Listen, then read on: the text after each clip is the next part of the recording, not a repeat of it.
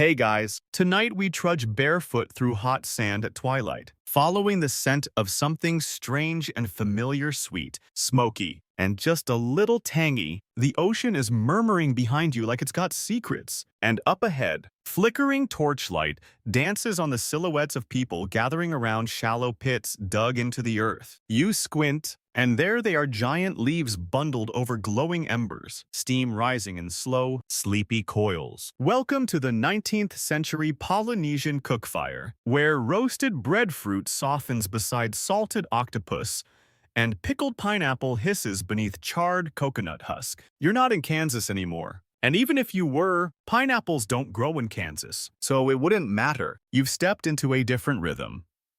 A slower, earthier tempo where food isn't just food. It's memory, it's ceremony, it's status, and it's preservation in every sense of the word. So, before you get comfortable, take a moment to like the video and subscribe, but only if you genuinely enjoy what I do here. Also, drop your location and local time in the comments. I love knowing who's listening out there. Now, dim the lights, maybe turn on a fan for that soft background hum, and let's ease into tonight's journey together. You crouch near one of the fires, the sand still warm beneath your knees, and peer into a pit oven, or as the locals call it, an imu. The scent wraps around your head like a garland of charcoal and syrup. Banana leaves rustle as someone untucks a steaming bundle and reveals slices of golden fruit, slightly shriveled, sticky with their own caramelized sugars. This isn't dessert. This is offering. See, this isn't just a luau for tourists. And it's definitely not some sanitized version served in a tiki bar with umbrellas. This is the real deal, where people still remember how to coax every last drop of flavor from earth, fire, and fermentation. The pineapple in front of you. It's been soaking in the briny mix of sea salt and sugarcane vinegar for days, maybe weeks, stuffed into old coconut shells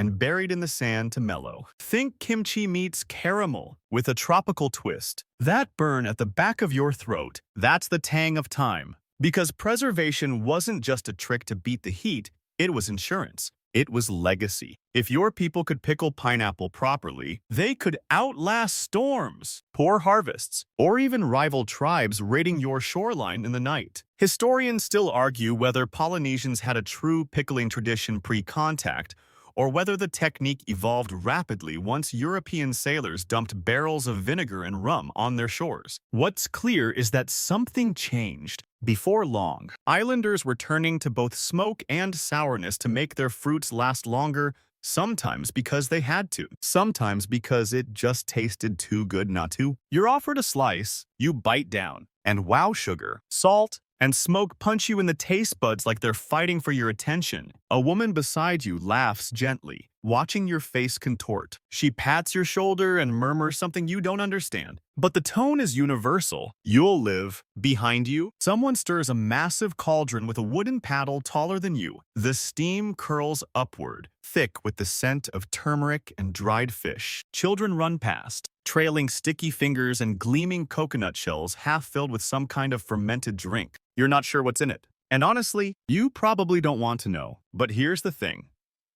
This whole scene is a snapshot in time, a vanishing act. Because while you sit here savoring this charred, vinegary pineapple, the world beyond this beach is already changing. Across the islands, European ships are docking. Missionaries are setting up wooden churches right beside the sacred heiau, and traders are swapping guns for sandalwood. Pineapple, once grown in small clusters near village cookfires, is about to get complicated. Somewhere inland, a chief is already dreaming of export. Somewhere offshore, a British captain is writing down a recipe he doesn't understand, planning to make it civilized. But tonight, the fire is still local. The flavor is still wild. And you're a quiet little ghost in the past, watching it all unfold. A quirky side note. Some old stories claim the pickled pineapple wasn't just food, it was medicine. Elders believed it could soothe fevers, purge evil spirits, or even, depending on who you asked, reignite a loveless marriage. Historians roll their eyes. Of course. But chew on that the next time you're feeling down and someone offers you a chunk of fermented fruit. You lay back in the sand, your stomach warm, your senses blurred by the salt air and flickering flames. A drum starts up slow, patient, like a heartbeat. You don't know it yet, but this rhythm, it's older than the fruit, older than the fire. It's been pulsing through the islands long before Queen Victoria ever sent a fleet, long before anyone thought to can a pineapple and stamp a date on it. And as you drift somewhere between waking and sleep, the cook beside you wraps the last pineapple slice in a strip of bark cloth, presses it to her forehead, and whispers a prayer you'll never quite remember. But you'll taste it again. Someday, you blink, smoke curls past your face as the waves shoosh against the shore. And for a moment, you wonder if you nodded off. But now the fire's quieter, the drums replaced by the hush of woven mats unfurling across the sand. You rise slowly, following the scent trail inland away from the flames, up into the hills, towards something even older than the cookfire itself. The stars overhead are bright enough to make you squint, and under them, you walk alongside carved wooden canoes pulled far up from the tide, their hulls wide and smooth, burnished from years of brine and wind. Some still carry the names of ancestors, painted in ochre. Others are newer, but the design hasn't changed much in centuries. You stop in front of one particularly long canoe, its prow curling upward like it's sneering at the stars. And in that moment, it hits you none of this pineapple magic would exist without these. These ocean-traveling beasts weren't just vessels, they were floating kitchens, experimental gardens, mobile homes powered by nothing but wind and muscle and celestial memory. You crouch beside it, running your fingers along a seam sealed with tree sap, and you imagine it. Just for a second, you balanced on that deck, a few hundred years ago, holding tight to bundles of sugarcane, taro cuttings, banana shoots, and yes, tiny starter crops of pineapple. You can almost feel the salt crusting on your cheeks, the sting of ocean sun, and the constant background anxiety of please let this new island have water. Because that's the thing about 19th century Polynesian cuisine, it wasn't born in one place. It drifted. It sailed. It adapted mid-voyage. The idea of a traditional dish, kind of laughable, really. You were constantly swapping, testing, and trading a root from this island, a spice from that, a method whispered from someone you met on a beach you weren't even supposed to land on. Mainstream historians agree that the Polynesians were some of the most skilled navigators in human history. They used stars, currents, bird flight patterns, even the color of cloud reflections to cross thousands of miles. But what they don't talk about enough, the culinary gamble that came with each trip. You didn't just sail with your family. You sailed with flavor insurance pickled roots, dried bananas, smoked breadfruit, fermented fish paste, sealed in gourds like buried treasure, and tucked somewhere, maybe just as an experiment, were a few precious chunks of pineapple sweet, acidic, volatile. Not everyone was convinced it could survive transplantation, but someone, somewhere, said, let's try. And oh, how it tried back. Pineapples are picky. Too much rain, they rot. Not enough, they sulk. But when they hit the sweet spot volcanic soil, just enough mist. Warm nights, they go wild. Legend says the first successful island transplant bloomed during a season of mourning. The villagers took it as a sign. Sweetness after sorrow, balance restored. One older myth, which most scholars dismiss, claims that the pineapple was originally a gift from a jealous spirit, a bribe to lure humans back to a deserted island. The story says the spirit wanted company but didn't know how to cook, so she buried the fruit in salt and left it out overnight. When the explorers landed, hungry and tired, they found it fermented, slightly fizzy, and weirdly irresistible. Historians still argue whether this tale reflects a broader metaphor about colonial resilience, or if it's just an origin story cooked up after one too many fermented sips. Anyway, back to you. You trail your fingers through the carved designs on another canoe and notice something odd. A tiny pineapple etched beside a sun symbol. Someone was proud, or maybe someone was warning. Sweetness this way, but beware the acid. The boats didn't just carry food, they carried memory. Imagine sailing for weeks, chewing on salted taro cakes and sour pineapple strips, trading with islanders you'd never met but already kind of knew, because their food was close enough to yours. You knew they understood fermentation. They knew what you meant when you offered dried banana jerky wrapped in woven pandanus. Language, optional. Taste, universal. You settle near a woven basket, half full of dried fruit. A boy offers you a sliver of pineapple so leathery it looks like sunburnt parchment. You chew, it's chewy, smoky, slightly tangy, like someone tried to mummify a Sour Patch Kid. This was travel food, rations for see, these dried slices may not look like much, but they packed enough sugar and acid to survive months. And they didn't just survive, they taught your gut how to hang in there. No refrigeration, no problem. The fermentation didn't kill bacteria. It trained your stomach to cope. Tough love, ocean style. A modern aside, next time someone tries to sell you ancient probiotic pineapple gummies, remember that your ancestors were chomping these chewy slices on boats long before Instagram health gurus existed, and they didn't need agave syrup or glittery packaging. Back then, food preservation wasn't trendy, it was existential. If your preserved pineapple went bad halfway through your voyage, you might not make it. Simple as that. So families passed down techniques like prayer, how long to ferment, how much sea salt to add, when to pull it out of the pit oven before it turned to mush. Tonight, though, it's not about survival, it's about celebration. The firelight flickers far below now as the villagers unfurl palm mats and bring out the travel foods honoring their ancestors, not by reading their names, but by tasting what they once ate on open seas. You chew another slice of salted, smoked pineapple and try to imagine being halfway between two islands, with nothing but stars, wind, and acid-sweet fruit to keep you alive. And somehow, it doesn't feel so far away. You wake to the low murmur of voices and the smell of fire roasted.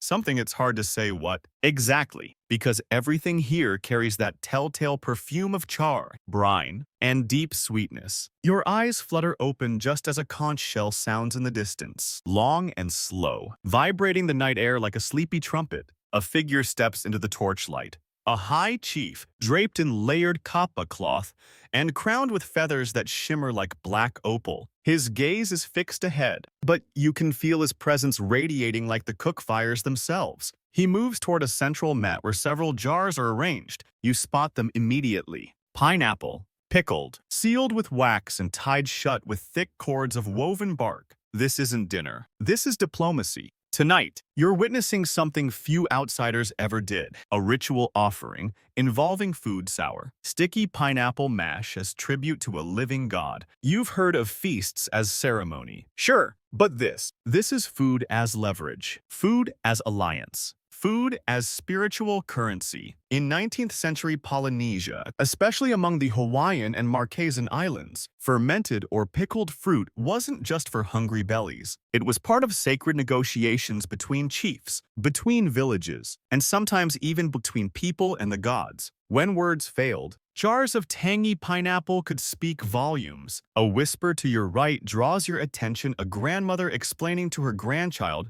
that this batch was made for the birth of a chief's first son. It's been aging underground since the moment the boy cried out. Now it's ready. Like him, sharp, tested, and potent. Mainstream historians agree that offerings of preserved foods, especially rare ones like pickled fruits, were deeply symbolic. The tangier, the more treasured. A jar of perfectly fermented pineapple could signify patience, restraint, and the ability to transform sweetness into strength. But here's the kicker. It also had to be balanced. Too sour, and it was seen as rushed. Too sweet, and you were accused of vanity. Basically, your pineapple had to walk the same tightrope as your leadership. And while that's all fascinating and serious, there's a slightly absurd detail you can't ignore according to some oral traditions. The most prized pickled pineapple was made with spit. Yep. Chewed by the matriarchs, spat into the jar, and left to ferment with the natural enzymes in their saliva. Starter cultures, they called it.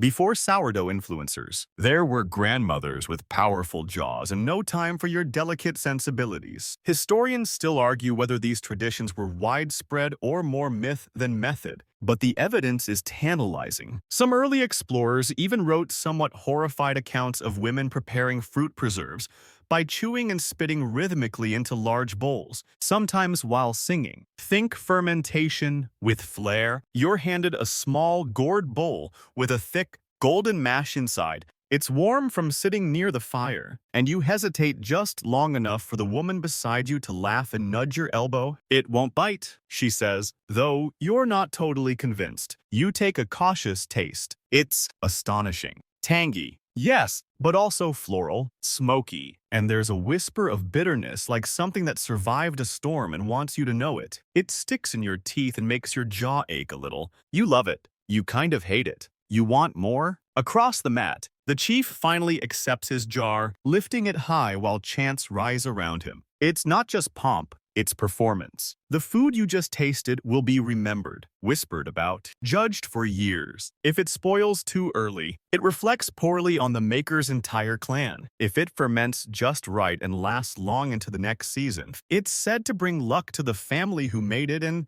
shame to the ones who didn't. You shift, suddenly hyper-aware that every jar here has a story. One is said to be made from fruit that survived a wildfire, another pickled by twins who refused to speak during the entire process because silence, they believed, made the flavors stronger. There's even a jar wrapped in banana leaves so tightly it looks like a football. Legend says it was buried in the side of a volcano for extra warmth. Again, whether that's culinary genius or ancient trolling is anyone's guess. You glance around and notice something else. These offerings are only pineapple. No taro, no coconut, no fish. Just the spiky, golden fruit prickly on the outside, complex within. Why? One theory, floated by a rogue anthropologist who may or may not have been intoxicated at the time, suggests that pineapples represented duality, hard and dangerous in form, but full of sweetness and sustenance once opened, a fruit that must be respected, even feared, like a chief. He apparently said, while dropping a slice into his rum, "Take that how you will." As the ritual winds down, the high chief places the final jar onto a carved altar. You can see the wax gleaming in the torchlight, the cord unraveling like a snake in the sand. He whispers something, presses his palm to the jar, and steps back. Everyone goes still, and then fire, a small one,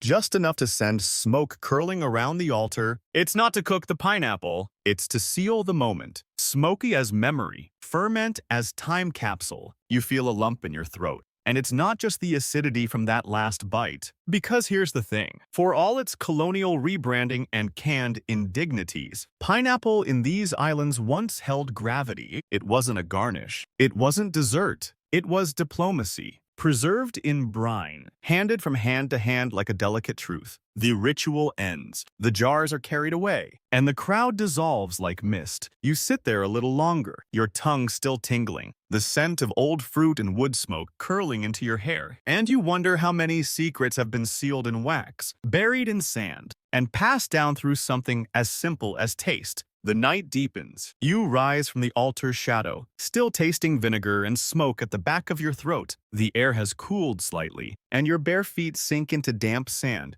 as you follow a winding path toward a small grove where the trees grow low and thick. In the moonlight, their broad leaves rustle like whispers. You duck beneath a few hanging fronds and emerge into a clearing where the real magic happens, not chance, not ceremony, just cookery. Real, sticky, fire-tamed food. You crouch next to a sunken pit surrounded by blackened stones. The earth here is hot, but not aflame. Someone's been digging. Actually, lots of someones. Multiple IMU pits.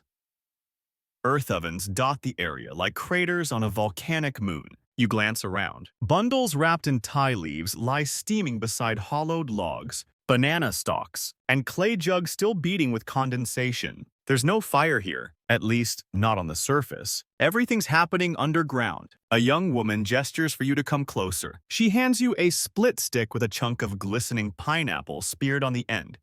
its edges charred and caramelized, the juice dripping like syrup. You blow on it instinctively, even though it's not piping hot, and then you take a bite. Oh wow. Where the pickled version from earlier danced with acid and funk, this one melts. It's sweet, smoky, with just a whisper of sour. The fermented pineapple having baked slowly under layers of hot rock and green leaves for hours, maybe all day, maybe overnight. You can't tell where the fire ends and the fruit begins. It's like the earth cooked it gently, whispering flavor into every fiber. This is pit oven alchemy. The process is deceptively simple.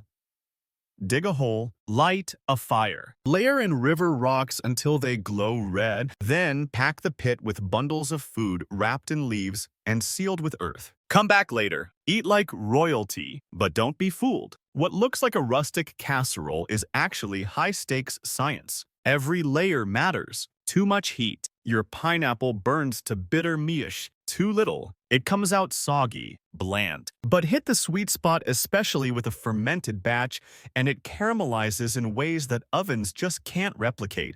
That's right, even your fancy air fryer would tap out here. Mainstream scholars note that Aimu cooking wasn't just efficient, it was social glue. A whole village might contribute to one pit, and no one cooked just one thing. Your pineapple bundle might nestle beside someone else's taro, another family's pork, or a stranger's octopus. It all mingled, absorbed, shared. Every meal a community remix. Tonight, you spy an older man gently unwrapping a woven parcel the size of a watermelon. Inside, octopus legs the color of plum skins, glistening with oil and resting on a bed of pineapple slices. It's a pairing that's been passed down for generations, sweet to cut the brine, acid to soften the tough meat, smoke to tie it all together. He slices a piece and offers it to you on a sliver of coconut shell. You don't hesitate. It's rich, but balanced. Like someone marinated a thunderstorm in sugar and gave it a hug. A woman nearby laughs at your expression. She tells you in perfectly dry sarcasm that you just ate Poseidon's leftovers. You both chuckle. She pats your back like you're part of the crew now. Turns out food is the easiest passport. Here's a quirky twist. Some villages reportedly whispered secrets into the pit ovens before sealing them. Literally, the steam was thought to carry stories to the ancestors, so people leaned close and spoke names, memories, even gossip just to let the other side know what was cooking. Spiritual group chat, island style.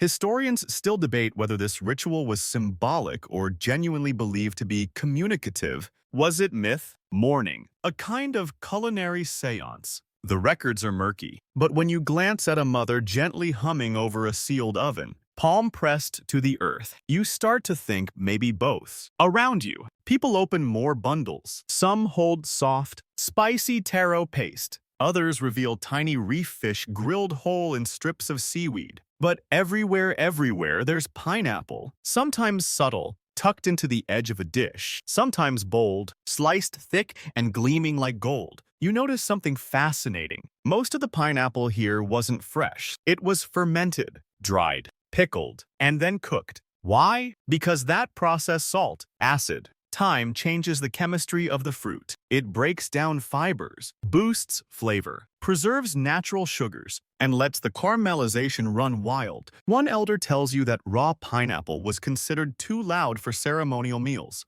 too flashy, too unbalanced. But ferment it, roast it slow. It quiets down, it listens. It becomes something worthy of the fire. You sit for a while beside a still warm pit, belly full, eyes heavy. Around you, the laughter softens and the crowd thins, but someone nearby is still unwrapping one last dish. You hear a rustle, smell something sweet sharp, then a hiccup of flame as someone tosses a strip of leaf into the embers. A final offering. It's easy to romanticize this world. The fire, the stars, the soft rhythm of people who still remember how to cook with time. But don't forget, it was work. Fermentation wasn't glamorous. These fires left scars on the land and on the hands that fed them. And yet, they cooked anyway, every day. For each other, for survival, for taste, for the ancestors. You breathe in the steam, the smoke, the mingled laughter of people long gone and still here. And you realize pineapple never really belonged in cans. You walk slowly now, heavy with warmth and sweet smoke, following a narrow trail up a rise where the earth flattens out into a broad clearing. The fire glow fades behind you,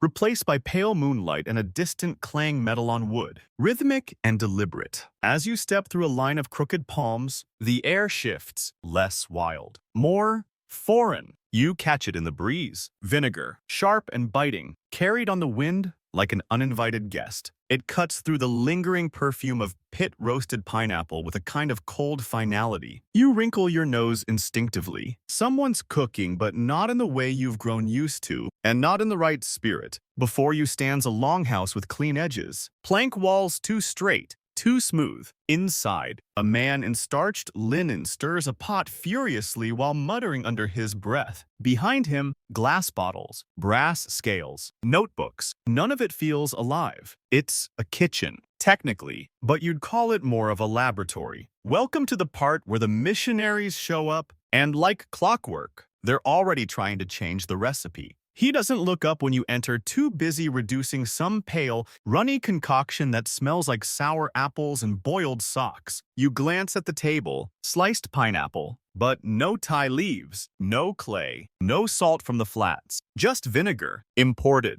manufactured, civilized. The 19th century brought more than ships and Bibles to Polynesia. It brought new ways of preserving food. European-style pickling, using malt vinegar and sealed glass jars, was pitched as a cleaner, more efficient method. No chewing, no burying, no spirits, just boiling and bottling. Historians agree, missionary influence rewrote food culture as part of a broader campaign for moral hygiene. If it smelled too strong, came from the earth, or involved fermentation rituals, best avoided. Enter pickling with rules, gloves, and sermons. But old habits die hard. As the man offers you a taste of his vinegar-pickled pineapple, someone behind you chuckles, an older woman holding a clay jar wrapped in tapa. You've seen her before. Back at the fire, she gives you a slow wink, then disappears into the trees. You taste the man's pineapple. It's fine. Tart, crisp, but sterile, like pineapple dressed in a lab coat. No smoke, no warmth, just acidity and afterthoughts. He smiles, clearly proud. He says something about Queen Victoria liking it this way, that she once received a jar just like this from a trader. He calls it progress, but you can feel it beneath that progress. Something's slipping away. The intimacy, the intention, the time it took to coax flavor from salt and spirit and sun. Here, you're tasting sterilization, not story. It wasn't just flavor missionaries tried to scrub out. They went after the whole system. Earth ovens were labeled heathen. Women cooking alone, forbidden. Fermentation rituals, viewed as suspicious, even dangerous, especially when they resisted outside control. Some old letters from that period even warned that fermented fruit induces misbehavior.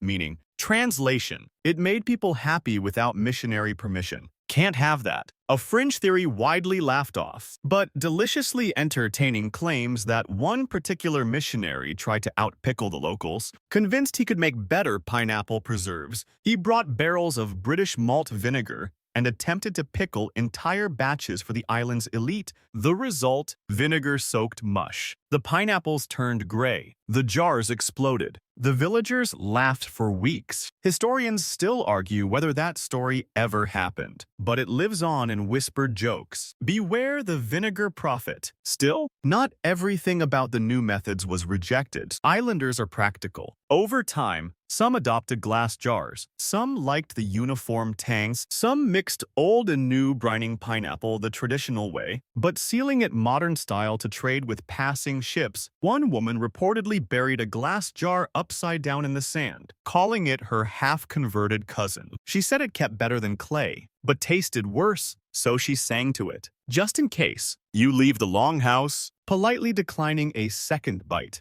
and walk back toward the real fire. As you do, your stomach churns not from illness, but from recognition. This, you realize, is the turning point. Fermentation is no longer just about preservation. It's now a quiet rebellion. Behind the trees, you hear laughter again, the kind that comes from people who know the rules and choose not to care. Somewhere out there, in secret, people are still burying jars, still chewing fruit for starters, still steaming banana leaves over coals, quietly, carefully, persistently. You reach into your pouch and pull out a sliver of earlier pineapple, the smoky one. Fermented just right. It's soft now, warm from your body heat. You eat it slowly, savoring each note of time, salt, fire, and whatever vinegar and starch tried to erase, the real recipe survives. In ash, in memory, in taste. You wake at sunrise, the sand cool beneath your legs, and your breath still thick with the ghost of vinegar. The sky above the palms turns sherbet orange,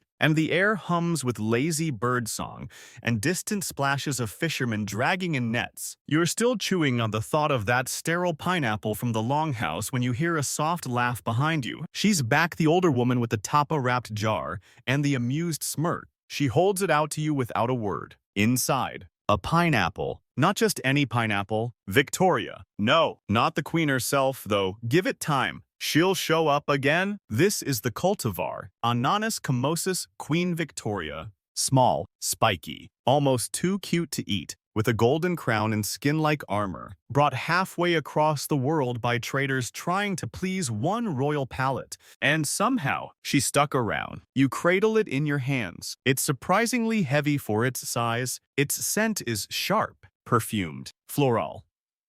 In a way the commercial kind back home never quite manages. A pineapple with opinions. And as you walk with it toward a shaded grove, you start to feel its story pressing outward from the rind. Mainstream historians agree that while pineapples were cultivated in South America long before Europeans laid claim to anything, it was in the 1800s that Queen Victoria herself, yes, the corseted, empire-building queen of tea and moral panic, developed a sudden taste for the fruit. She allegedly adored them, and her court went wild for all things tropical. Growers across the British Empire scrambled to cultivate pineapples worthy of royal tables. Enter colonial agriculture. Traders brought Victoria pineapples to island after island, pushing them as export crops, status symbols, even proof of colonial success. If you could grow pineapples that pleased the queen, you could get better trade deals, more protection, maybe even a gilded letter of thanks signed in ink and superiority. But what they didn't expect, the islands already had pineapples, not the same cultivar, but close enough. Locals had been growing, fermenting, drying, and cooking them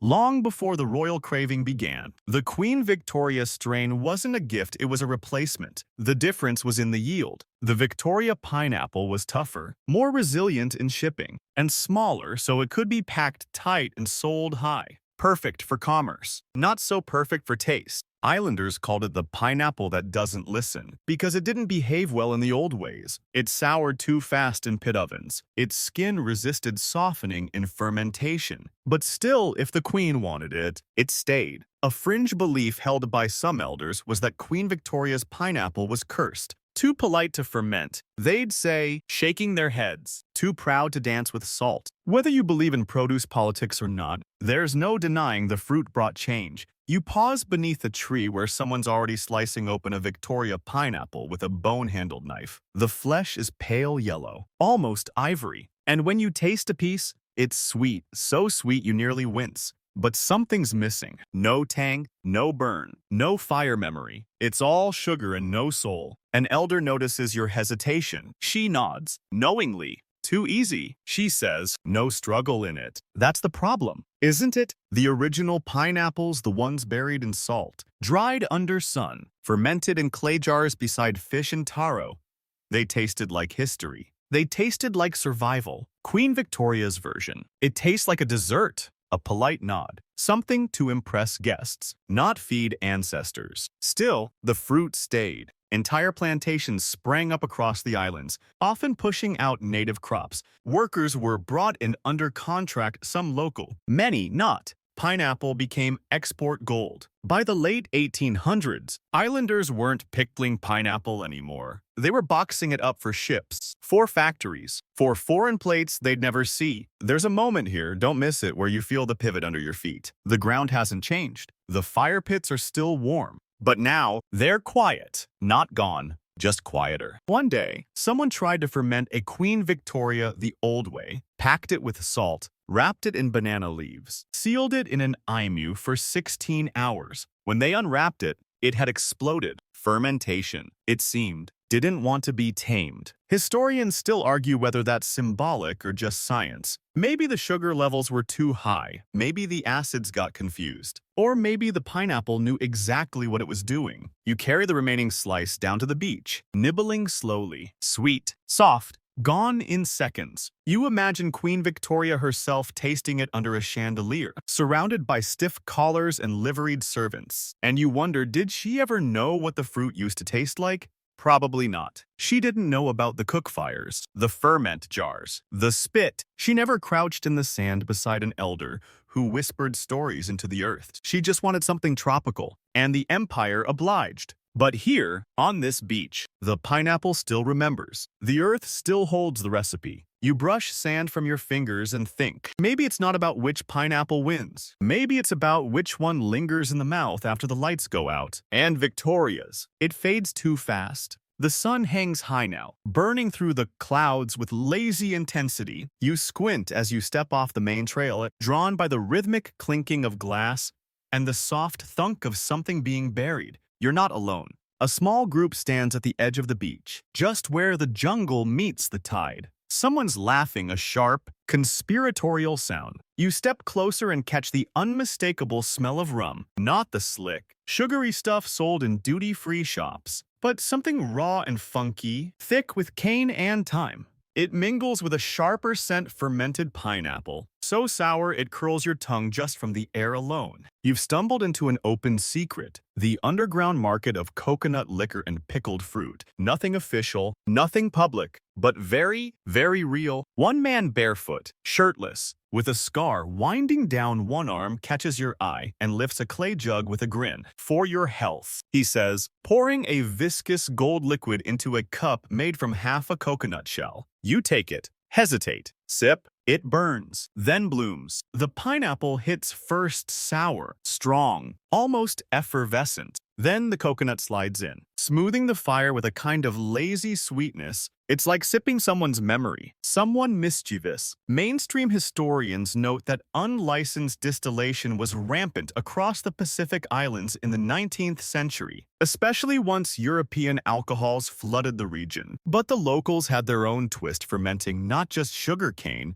but tropical fruit. Pineapple was perfect. Its high sugar content, natural yeasts, and rapid rot made it ideal for low-tech alcohol. But here's the catch. Most of it was illegal. Missionaries banned it. Colonial governors taxed it into oblivion. Some even issued full prohibitions. Why? Because it didn't just get people tipsy, it reminded them of who they were before the boots showed up. A jar of fermented pineapple liquor could do more than toast a celebration. It could fuel rebellion. It could anchor memory. It could break the rules. The older woman from before reappears.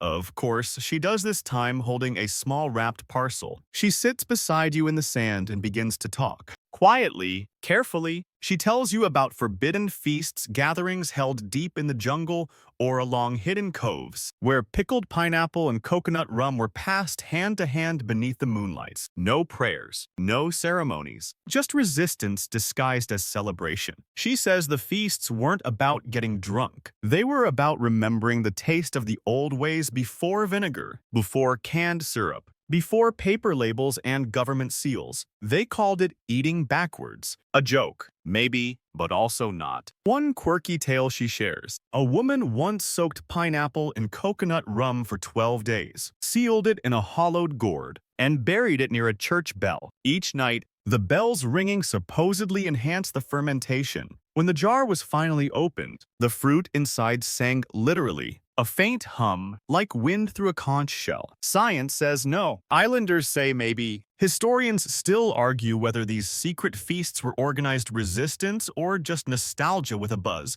But either way, they mattered. People risked arrest to bury jars, risked exile to roast pineapple over coals after dark. In the face of colonial control, food became protest. A slow, sour, sticky protest. The man beside you passes another drink. You take it without question now. The flavors deepen. This one's richer, darker, like it sat underground longer. Maybe weeks, maybe months. Someone whistles low as you drink. That one, he says, was pickled during an eclipse. Of course it was. You ask what happens if the authorities find these jars. What if someone raids one of the feasts? The woman laughs again. Then we move deeper. She pulls back a strip of bark to reveal a map not of roads, but of hiding places. Shaded gullies, salt caves, hollow trees, each marked with a tiny pineapple symbol, some marked with dots, others with little flames. It's not just a preservation map, it's a culinary resistance network. You sit with that for a while, the ocean lapping nearby, your head pleasantly fogged, not drunk.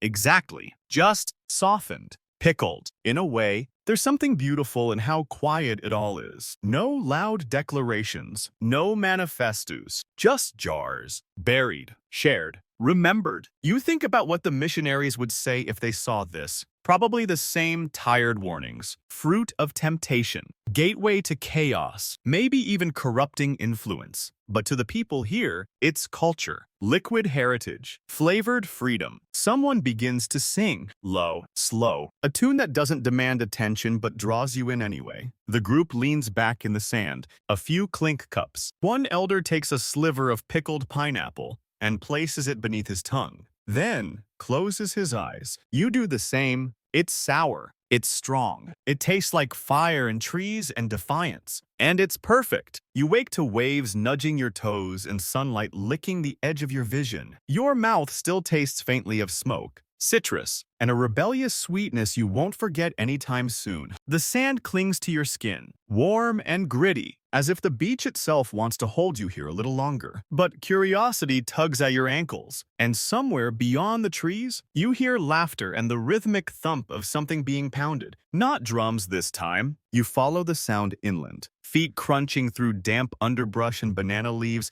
until you stumble upon a clearing where half a dozen people sit cross-legged around large wooden boards. They're pounding something yellow and fibrous into a paste. You already know what it is. Pineapple. But not just chopped, not dried, not pickled. This is pineapple poi, a fringe creation, halfway between tradition and culinary heresy. Mainstream historians rarely mention pineapple poi. It didn't show up in trade logs or missionary cookbooks. Maybe it was too strange, or maybe it was too alive to be captured in ink. Either way, you're seeing something special. One woman sees your confusion and pats the mat beside her. She offers you a handful of the paste, sticky, golden, and slightly bubbling like it's breathing. You sniff. It smells tangy, sweet, a little fermented, a little mischievous. You taste it, and suddenly, time slows. The poi slides across your tongue like honey with an attitude. There's a hum to it, an edge that tickles your gums. It's not smooth like taro poi, nor as sharp as vinegar pickled pineapple. This is its own thing. It tastes defiant. A bit rude? Honestly, like it knows you're judging it and doesn't care. According to the elders sitting nearby, pineapple poi was born out of necessity and rebellion. During years when taro was scarce, drought, blight, colonial mismanagement, people got creative. They mashed whatever they had, banana, breadfruit. And when pineapples were abundant, they mashed that too. But pineapple is tricky, too acidic, too wet. It doesn't ferment the same way. You can't just mash it and hope. You need a base, sometimes a bit of taro, sometimes sweet potato, and you have to leave it just long enough to bubble without turning into a fizzy mess. Some say the best pineapple poi ferments for 3 nights under a full moon, with a strand of seaweed tied around the jar's neck for guidance. Historians still argue whether pineapple poi was widely eaten or just a regional innovation that never gained traction. Some claim it was a women's food, made and shared in private, passed from mother to daughter like a whispered song. Others insist it was a festival treat, bright, perishable, and meant to be devoured before the sun rose too high. You glance at the pounding board and notice the tools, thick, heavy sticks carved smooth by decades of use. One of them has tiny pineapples etched along the handle. Another has names, worn almost invisible. This isn't just food prep, it is inheritance. As the paste grows smoother, the group shifts into humming short, repetitive notes, syncing with each strike. It's hypnotic, meditative. you realize the rhythm is not just for fun. It matters. It sets the tempo for fermentation, keeps the body steady, ensures the pineapple breaks down without bruising. One older man leans over and mutters, "Don't trust." Poi made without a song. You nod solemnly, because honestly, it feels right. Someone nearby spreads a thick layer of the finished poi onto a leaf and tops it with salted coconut flakes and a drizzle of what smells like fermented honey. You take a bite. Okay, this is different. The salty coconut cuts through the tang. The honey adds a layer of funk. And the poi itself, it's chewy, sour, a little fizzy, like soda made from a tropical swamp witch. You love it. You want more, and also maybe a nap. Here's a fun fringe fact. In one tiny village, now mostly abandoned pineapple poi was buried in coconut husks and left in tidal pools to ferment. Supposedly, the brackish water and gentle motion made the poi taste rounder, not saltier rounder. Don't ask what that means. You'll know if you ever taste it. And here's a detail you'll probably never forget. In a particularly strange missionary journal, one British woman described a native paste of yellow fruit, half mashed and bubbling, served with laughter and a peculiar glee. She called it unnatural custard and claimed it caused unseemly joy, which, frankly, makes you want to smear it on everything. You sit there for a while, watching hands move in practiced rhythm. The paste thickens. The scent deepens. Someone adds mashed banana for sweetness. Someone else tosses in dried ginger. There are no rules, just memory and mouthfeel. It's here, in this sun-dappled clearing, surrounded by pounding and singing and yellow paste, that you feel the heartbeat of pineapple, not as export, not as decoration, but as transformation. It's not about perfection, it's about process. Take something rough, beat it, mash it, let it bubble, let it live. You lick the last bit of poi from your fingers and sigh, this isn't the pineapple you knew. This is pineapple remixed. Pineapple passed down, pineapple that refuses to sit quietly in a syrup tin, and somewhere, just out of sight, a volcano watches in approval. Later that afternoon, your footsteps carry you toward the hills. The ground shifts beneath you, no longer sandy or soft but firm. Packed clay layered with gravel and moss. Each step feels more intentional, like you're walking into memory itself. The breeze is still warm, but there's a sharpness to it now, a whisper of altitude and age. You squint upward and see smoke rising not from cookfires this time, but from kilns. That's right, pineapple, meat pottery. You're stepping into one of the island's old fermentation hubs, a hillside studio where clay jars were once crafted not for art, but for survival. Lined in rows, some of them cracked and moss-covered, others intact and gleaming in the sun, are massive fermentation vessels carved by hand and fired low over weeks. Each one is different, some wide and squat, others tall and narrow. A few still have the faint scent of brine clinging to their inner walls. A young man waves you over. He's got clay on his arms and dirt under every fingernail. We make them the old way, he says, running a hand over the rim of a jar. For pineapple. Only pineapple, of course. See? Before glass and metal, clay was king, and the way it was shaped mattered. These weren't just containers, they were co-conspirators. The texture of the walls, the porosity of the clay, even the mineral makeup of the local earth. Every detail affected fermentation. Some jars let just enough air in to spark tangy perfection. Others kept it all sealed tight, coaxing sweetness from slow, dark patience. Mainstream historians acknowledge this kind of craftsmanship across ancient cultures. Greece, China, Mesoamerica. But Polynesian clay fermentation jars, they often get overlooked, probably because so many were destroyed or repurposed when metal became trendy. But here, in this sunlit corner of resistance, they remain. You reach into one jar carefully and brush your fingers along the bottom. It's cool, damp, still working. Even after who knows how many years. You ask the man how old this one is. He shrugs. My great-grandmother's grandmother used it. Still makes the best pickles. You blink. This jar is older than canned food itself, and still more effective. Another jar catches your eye. It's got carvings along the lip swirls, waves, and tiny pineapples, all spiraling inward. Someone poured intention into this one. Maybe prayers, 2. In some traditions, people whispered over their jars during shaping, asking the clay to protect the flavor, to keep the rot at bay, to carry stories as it held the fruit. Some even gave the jars names. One fringe tale claims a family once named every jar after a different storm, believing that fermenting pineapple inside a vessel named after a tempest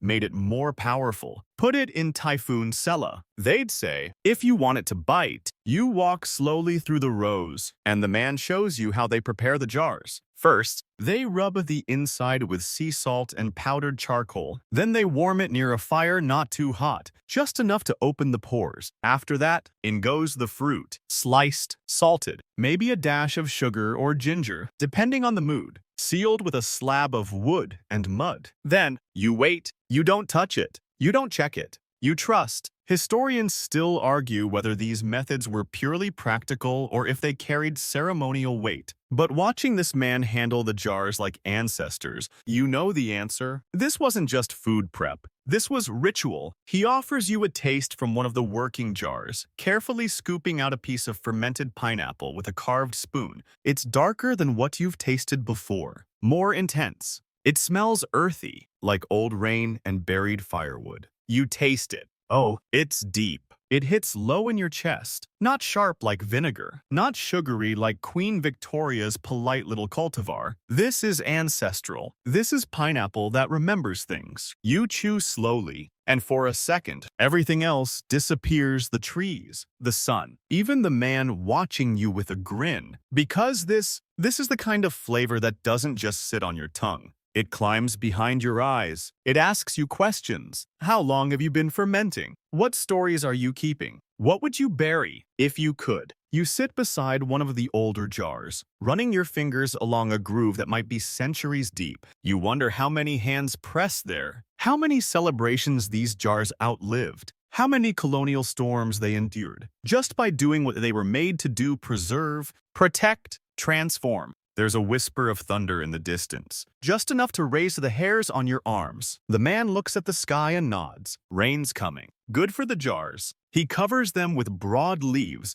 tying them down with strips of dried bark. You help, carefully, silently, like it matters, like it always has. And before you go, he presses a small shard of broken pottery into your hand. From one that cracked during an eclipse, he says, keep it for balance. You walk away with your pocket heavier and your taste buds haunted, not by sweetness, not by sour, but by the deep, quiet confidence of clay that's never asked for approval. Rain falls. Slow and steady, fat drops rolling off banana leaves, pooling in footprints, darkening the clay paths. You move through the forest like a ghost, quieted by the hush of water and the rhythmic patter that seems to echo from every direction. The air smells green, alive. And somewhere beneath that, fermented fruit and damp earth. You arrive at a weathered hut perched beside a trickling stream. Smoke curls from a chimney made of coral rock. And as you approach, the door swings open with a creak like a sigh. Inside,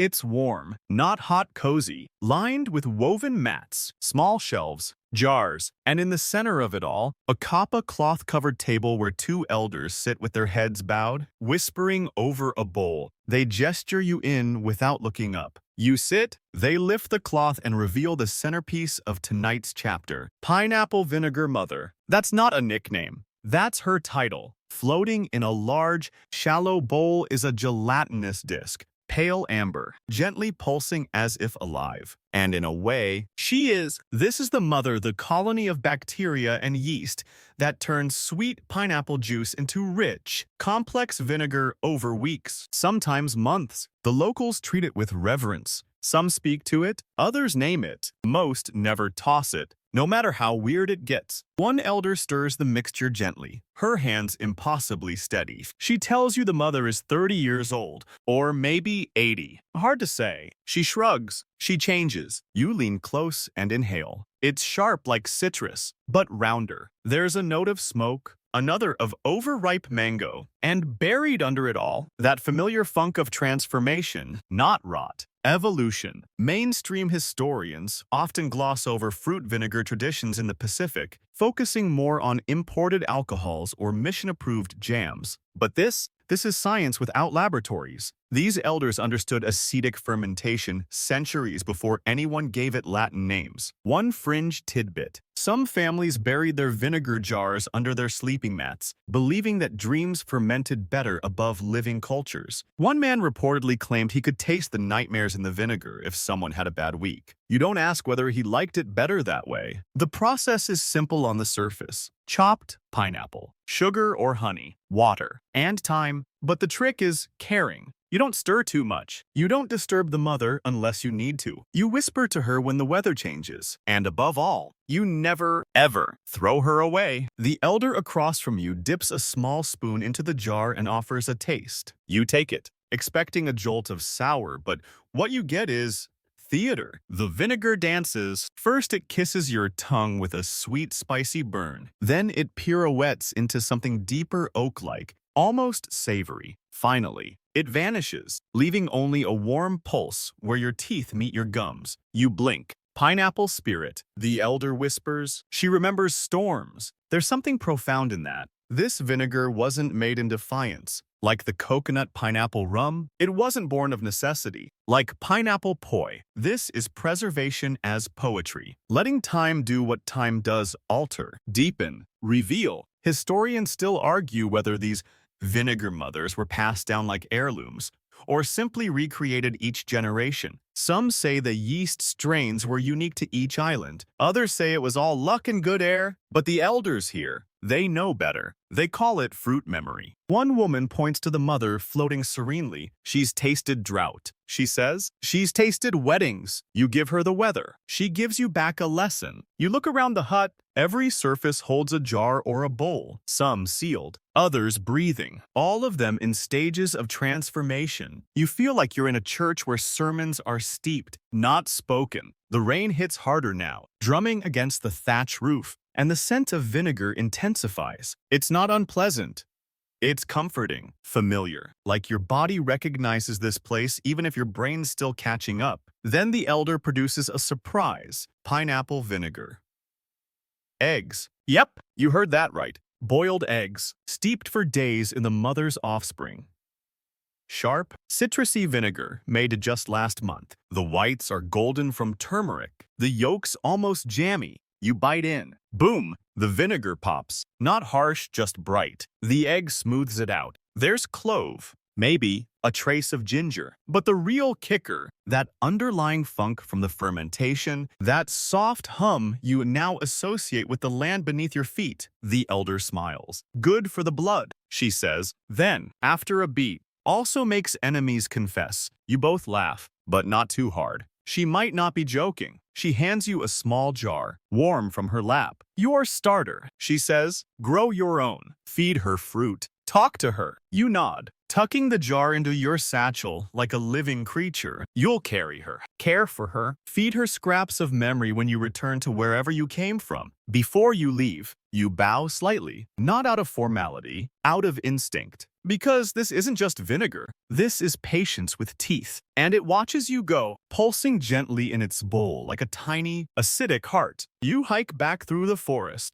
vinegar starter sloshing gently in its jar. The weight of it oddly comforting, like carrying a small animal or a time capsule. The path is slick from the rain, but the trees arch protectively overhead, shaking droplets onto your shoulders like a blessing. You don't know where you're headed exactly, but the scent in the air changes: less jungle, more salt, more fire, and then you hear it. The unmistakable crack of flame licking wet wood, the hiss of something steaming, the deep, percussive rhythm of lava rocks dropped into water-filled pits. You follow the sounds until the trees open, and you're standing on the rim of something primordial. A massive earth oven and imu smolders before you, lined with glowing black stones, its mouth open like a sleeping beast. Around it, people move with careful precision, their hands wrapped in wet leaves, arms smeared with charcoal. You catch glimpses of what's cooking: wrapped bundles of taro, hunks of fish, and yes, whole pineapples, not diced. Not pretty, not polite. These pineapples are blackened, blistered, and leaking sugar like honey from a cracked beehive. They're wrapped in Thai leaves, dusted in sea salt, and buried under layers of hot stone and wet banana bark.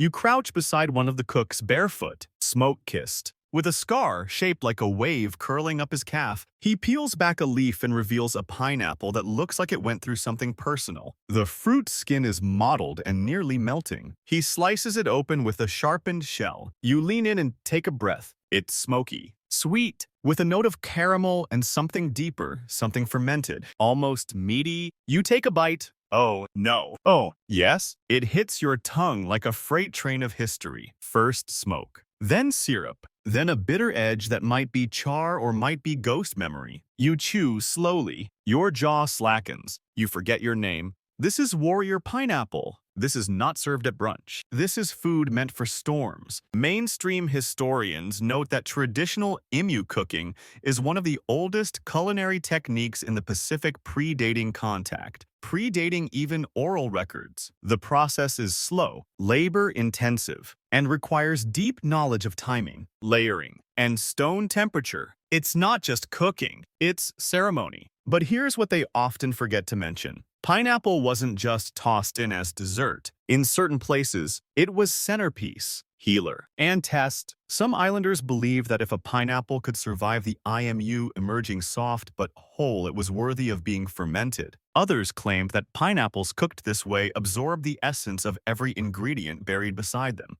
Pork, saltfish, root vegetables, even sea urchin. One fringe story from the 1840s tells of a woman who buried a pineapple in an IMU with volcanic stones taken from the flank of an active mountain. When she unwrapped it, the fruit glowed faintly. Her village swore it granted visions. Historians still argue whether that was fermentation, hallucination, or just excellent marketing. Back at the pit, one of the cooks pours a dark, glossy sauce over the steaming fruit. It's pineapple juice reduced with black vinegar and ash. Yes, ash until it's the texture of molasses. He hands you another piece, this one resting on a leaf with grains of smoked sea salt sprinkled like tiny stars. You bite again. This one's aggressive, sour, bitter, then unbelievably sweet, like it burned away everything soft to get to the truth. It tastes like survival. You want to cry a little, but you pretend it's the smoke. A woman beside you is fanning the fire with a palm frond. She hums a tune low, even, steady. You ask what it is. She says it's for the pineapple's pain. Apparently, it's tradition. When a fruit cooks too long, you sing to it, apologize, help it finish the journey. You laugh softly, then realize she's not joking. This is what food used to mean. Not just flavor, but empathy. You don't just eat it, you acknowledge it. You watch it change. You witness its becoming. Someone brings out a jar glass. Modern, probably from a reused jam label. Inside is what looks like burnt pineapple vinegar syrup, thick as tar. It's drizzled over a final slice. You're warned. This one bites. You try it anyway. It does. It's tart, spicy, almost electric. There's chili in it, maybe clove. You swear you taste iron, like it remembers blood. This is not comfort food. This is memory with a vengeance. One older man leans over and says, "We bury fruit the way we bury stories, so they ferment, so they don't rot." You stare at the smoking pit, the pineapple collapsing into itself, and realize this is burial as blessing. Historians may argue over which dishes were traditional or when pineapple became central, but they all agree on one thing. The IMU changed everything it touched, and pineapple, once it met the fire, never tasted the same again. You watch them close the pit again, new bundles, fresh rocks, damp leaves, and wonder what you'd bury if given the chance. Not to hide, but to transform. You clutch your vinegar jar tighter. One pineapple already rests inside. Night returns without asking. It doesn't rush in, it sidles up slowly, like someone who knows you well. The last streaks of orange disappear behind the hills, and the air grows cooler, tinged with wood smoke, brine, and something else, yeast. You follow the scent to a smaller camp, quieter than the fire pit, but no less alive. Lanterns swing from tree limbs, casting golden halos across the clearing. At the center sits a large, shallow bowl covered with woven netting. Inside, pineapple bread dough, rising. Now, you are used to fluffy loaves from home, brioche, sourdough, store-bought white bread pretending it has personality. But this is something different. You peer inside and see specks of fermented pineapple fiber, woven through the sticky mass like bits of gold. It's swelling with quiet confidence, puffed by wild yeast captured in the humid night air. A woman needs a second batch beside you, her palms rhythmic, gentle, more massage than force. She nods at your curious expression. We don't bake for fluff, she says. We bake for chew. You learn. This is pineapple fermentation baking, a semi-lost art that never made it into colonial recipe books. Partly because it didn't follow any rules, no uniform flour, no measured yeast, just pineapple pulp, salt, and intuition. Mainstream historians focus on taro as the starch of record in these islands. That's fair. But what they overlook are the centuries where pineapple byproducts, peels, cores, scraps were folded into breads, pancakes, even dumplings, not for sweetness, but for fermentation fuel. Pineapple brings enzymes. It brings acidity. It brings bite. One fringe recipe scrawled in a missionary journal tells of fruit root flatbread, sour to the tongue and offensive to the nose, eaten mostly by the lower women folk. Rude. Also, extremely specific, and probably delicious. The bread here is sour, on purpose. The woman pulls a finished loaf from a hot stone plate. It's scorched on the edges, crackling. Dense in the middle, steam pouring from its broken crust. You tear off a piece. It fights back, then melts. First hit, vinegar, then faint sweetness, then something sparkly, like carbonated memory. You taste salt, you taste ocean wind. And maybe you're imagining this, but you taste wild defiance. The woman hands you a second slice, this one topped with a thick, sticky jam. She sees your raised eyebrow, fermented pineapple and burnt sugar. She grins, spread like sin. It's thick, tangy, almost smoky. The sugar is only half melted, like someone torched it with a jealous spoon. You eat the whole slice too fast and immediately regret not slowing down. Nearby, another baker works dough over a griddle stone, flipping flatbreads filled with pineapple mash and crushed black sesame. She says it's a morning food, made only during the rainy season when the ocean spirits are restless. You ask why pineapple. She shrugs. Because it keeps. Then she adds, and because no one else wants it when it's brown and soft and ugly. But we do. That hits harder than you expect. The bread is broken and passed around a circle. No ceremony, just shared. And the pineapple, once relegated to decoration or dessert, holds court at the center of every bite. No sugar needed, no powdered pretense. You learn there's even a fermented pineapple salt sprinkled on the crust, made from juice left out too long, boiled down until it crystallizes, then dried in the sun and ground with charcoal. It tastes like lemon had an argument with ash and made up afterward. You sprinkle some on your wrist and lick it. Yep, that's emotional salt. Historians still argue whether these fermented pineapple breads were survival food or luxury.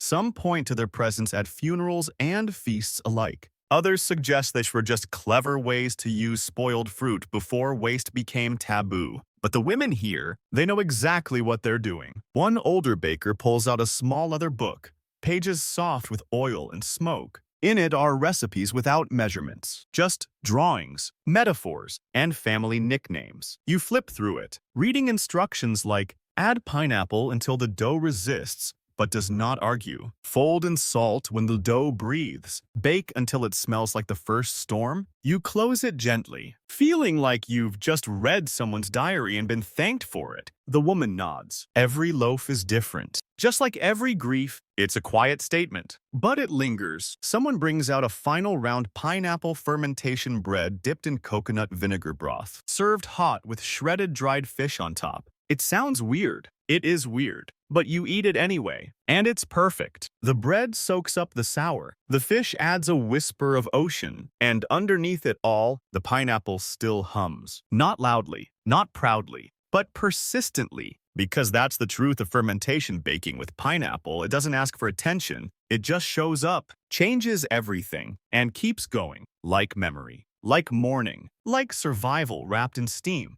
You leave the circle a little fuller, a little slower. Your satchel now warmed by a wrapped loaf tucked inside. It smells like smoke and citrus and salt. It smells like home you haven't found yet. You press it to your chest and whisper, thanks. It answers in its own way by not falling apart. The sky is ink now deep, vast, and layered with stars. Like someone spilled sugar across velvet. The moon hangs low and bloated, swollen with secrets, lighting your way as you descend toward the coast again. This time, you're headed to the shoreline not for bread, not for jars, not even for pickles. You're here for ceremony. Not one of those big, boisterous events with drums and chants and warriors stomping in unison. No, this is quieter, slower, flickering. A ring of torches marks a stretch of dark sand. In the center stands a low stone altar draped in bark cloth, and beside it, resting in a carved wooden bowl, sits what looks like a glistening golden orb. Pineapple. But not just any pineapple. This one's been aged, soaked, and smoked. A ceremonial fermentation pineapple used in rites of transition, transformation, and sometimes farewells. A woman with silver-threaded hair approaches the altar. She doesn't speak. She doesn't have to. The air shifts as she lifts the bowl and carries it to the edge of the tide. The group barefoot, cloaked in woven leaves and moonlight, follows her silently. You follow too. She sets the bowl in the shallows. The waves kiss its edges. Then she kneels and slices the fruit open with a blade carved from volcanic glass. The scent bursts into the night, sweet, sour, smoky. It rolls across the sand like incense. You smell caramelized sugar, burnt salt, thyme. The pulp inside is dark gold, nearly orange, and oozing juice thick enough to stain the water. Someone begins to hum, and suddenly you understand. This isn't just a fermented pineapple offering. It's a story ritual. Each slice of the fruit is passed in a circle, one by one. Each person takes a piece, holds it, whispers a name, a memory, or a regret into the night air and then eats. When it's your turn, the fruit is warm in your hand, sticky, heavy, like it remembers who picked it, who aged it, who whispered to it during fermentation. You close your eyes, you speak no words, but something inside you shifts as you take the bite. Mainstream historians rarely reference these small, local rites, too ephemeral, too undocumented. But oral histories remember, communities remember, and you, now, remember too. It tastes thick with feeling. Here's the twist. Some traditions believe that pineapple ferments emotion, that when grief, longing, or celebration is offered to the fruit before it's sealed in a jar, that energy softens, gets transformed, like vinegar.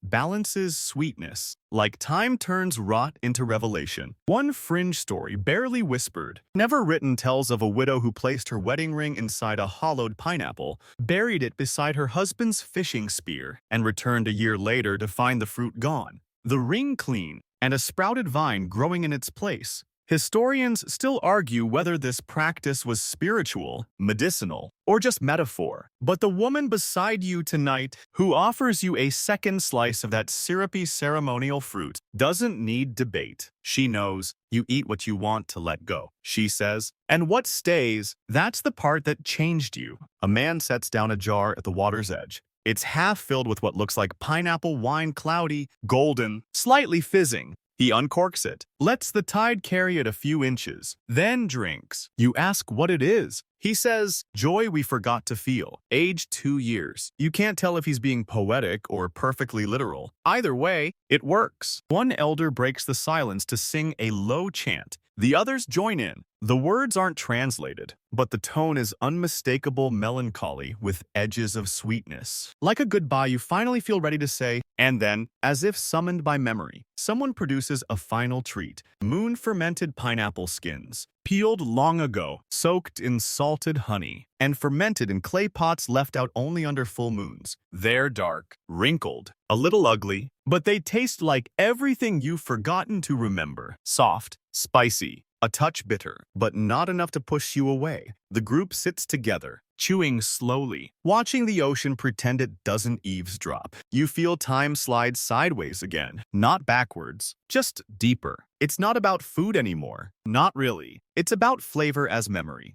Pineapple as medium. Fermentation as ritual, not just science. You close your eyes and try to list every taste from the past few days. You lose count. You remember vinegar, smoke, ash, honey, fire, bread, salt. You remember laughter. You remember silence. And then the woman beside you says one more thing. We ferment fruit so it won't rot. We tell stories so we won't. You nod. not trusting your voice. She smiles, and beneath your feet, the tide inches higher, tasting the edge of your journey. The stars are beginning to fade now, just slightly like they're slipping behind a gauze curtain. Dawn isn't here yet, but it's thinking about it. The hush before first light hums around you like a lullaby sung in reverse. You're still on the beach, but the fire circle's gone cold. The pineapple skins eaten, the jars sealed. What remains is the soft churn of the ocean, the cooling sand beneath your toes, and the quiet pulse of something old, something you're only now starting to understand. You rise, and as you do, a child appears from behind a drift of stone barefoot, messy-haired, carrying a bundle wrapped in tapa cloth. No words, just a knowing look, like you've been expected. She hands you the bundle and nods inland. You follow. The path is unfamiliar now rising, winding through jungle darker than it has any right to be. But you keep going, because the air smells like fermented citrus and earth and firewood. Because curiosity has gripped you like a fever, because you're not done yet. At the top of the ridge, you find it, a pineapple field, not sprawling and neat like a plantation, but wild feral. The stalks twist toward the sky like they're dancing. The fruits are in various states, green, golden, overripe, some half-eaten by birds, and in the middle of it all stands a wooden structure shaped like a teardrop. Inside, a dozen pineapples hang upside down from ropes, slowly dripping into wide clay bowls. Fermented juice, or what they call sky tears. You step inside and breathe it in. Whoa! It hits you like a memory you didn't know you had yeasty, floral, tart. The juice that collects in those bowls is pineapple's last offering. Not sliced, not smashed, just surrendered. It drips slowly, over hours, days, guided by gravity, breath, and time. No pressure, no rush, just letting go. The woman tending the tears greets you with a faint smile. She doesn't ask your name. She already knows why you're here. She picks up one of the bowls and pours a few ounces into a tiny volcanic stone cup. Warm to the touch. You take it carefully. Sip. It's light, almost airy, like champagne dreamed about being pineapple. The first taste is bright, the second funky, the third you swear it whispers a joke and dares you not to laugh. Sky tears, the woman says. Only good during waning moons. Otherwise, they lie. You blink. But sure, that tracks. She hands you a dried pineapple chip from a woven basket. It looks ordinary, but when you bite down, it crackles. Not like a chip, like kindling. Then your tongue tingles, not from spice, but from fermentation residue. These are from the drippers, she explains, after they've cried enough, and now the shape of it becomes clear. This place isn't just a fermentation station, it's a retirement home for pineapples. Their final act, after they've been burned, buried, boiled, mashed, and made into vinegar.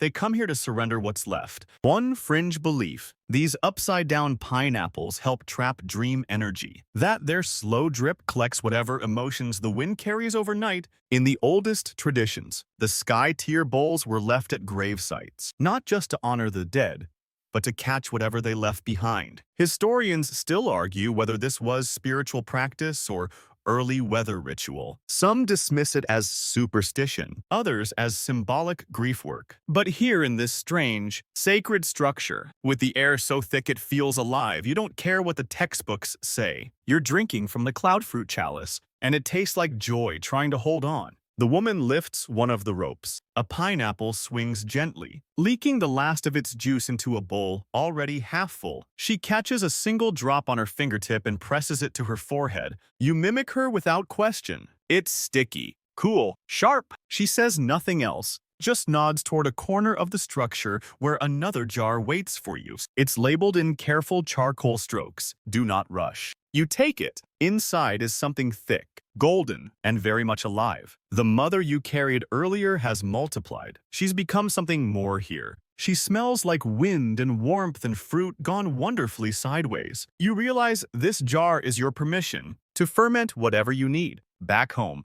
in a kitchen that suddenly feels less boring. This is your tool, your reminder. Someone hands you a notebook on the way out. Blank pages. Just the first line is written in scratchy, spidery handwriting. Add pineapple when the soul forgets how to breathe.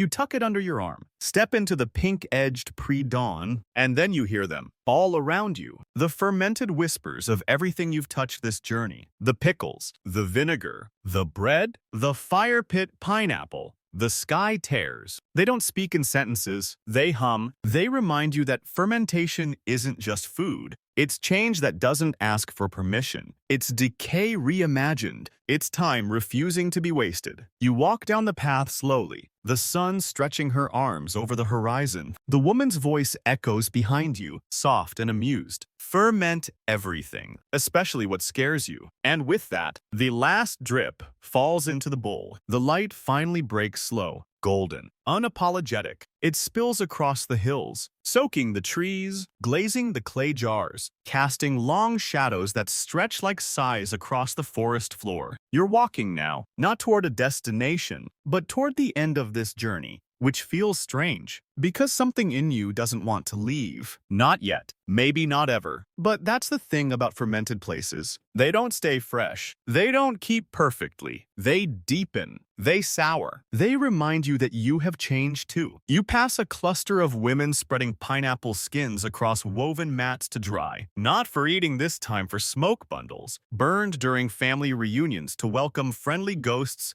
and worn-off nosy ones. One leans toward you with a grin. Smells like fruit. Burns like truth. You keep walking. Near the river, a boy sits with a jug wedged between his knees. Cork off, letting it breathe. He waves. Pineapple beer. He says, tastes like summer's bad decisions. You laugh and keep going, because you're carrying something heavier than beer now. Heavier than vinegar. Heavier even than bread. You're carrying the story. Not a tidy, well-packaged narrative. Not a list of facts. You're carrying the sticky, juicy, sour-sweet memory of 19th-century Polynesian cookfires and all the strange ways pineapple refused to be just dessert. Historians will always argue, was pineapple sacred? Was it survival? Was it ceremony or accident? Were those fermenting jars just clever storage or low-tech witchcraft? But you know now, they were all of it. Because you stood by the fire pits, you tasted the vinegar that bit back. You whispered to the mother floating in cloudy amber. You heard the jars breathing in the hills. You drank sky tears that remembered thunder. And now, the last thing waiting is a tiny thatched hut just off the trail. Smoke curls gently from the roofs. Inside, it's cool, dark, and filled wall-to-wall with fermentation artifacts. Dried skins, sealed gourds, aged bread loaves turned to stone, faded recipe cloths with rust-colored fingerprints. You find a low stool. Sit,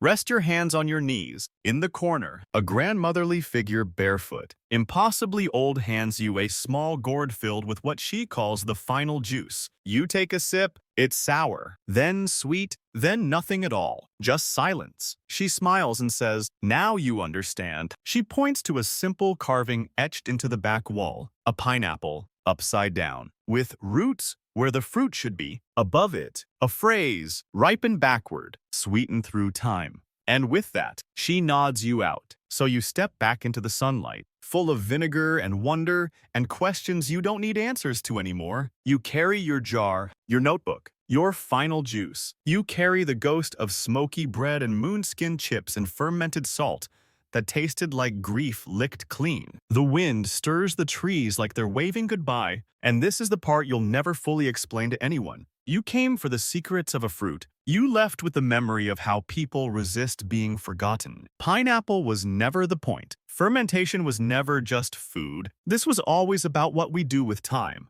How we soften it, season it, let it get weird and wild and messy. How we trust it'll come back changed, but not ruined. Like hearts, like histories, like you. Now let the images drift like steam from a sleeping fire pit. The pickled skins, the buried jars, the smoke-stung bread, let them soften, blur, fall gently out of focus. You're not walking anymore. You're not tasting. You're just floating. The vines curl in slow motion. The waves lap slower than breaths. You're safe now. Let your shoulders fall, heavy and warm. The world has shrunk to the size of a clay jar, sealed gently with a cloth lid, placed in a corner where no one will disturb it. It hums softly with memory, with laughter, with salt. The journey has fermented now. Just like the fruit, there's nothing left to chew, to bite, To swallow, only the flavor that lingers, a touch of sweet, a glimmer of sour, the quiet miracle that comes from letting go and letting time do what time does best: transform. The moon rests, the fires sleep, and your story, it's sealed tight, waiting for the right moment to be opened again. So take one more deep breath, set down your jar, loosen your grip on today, and drift, slowly, gently, into the soft sweetness of rest.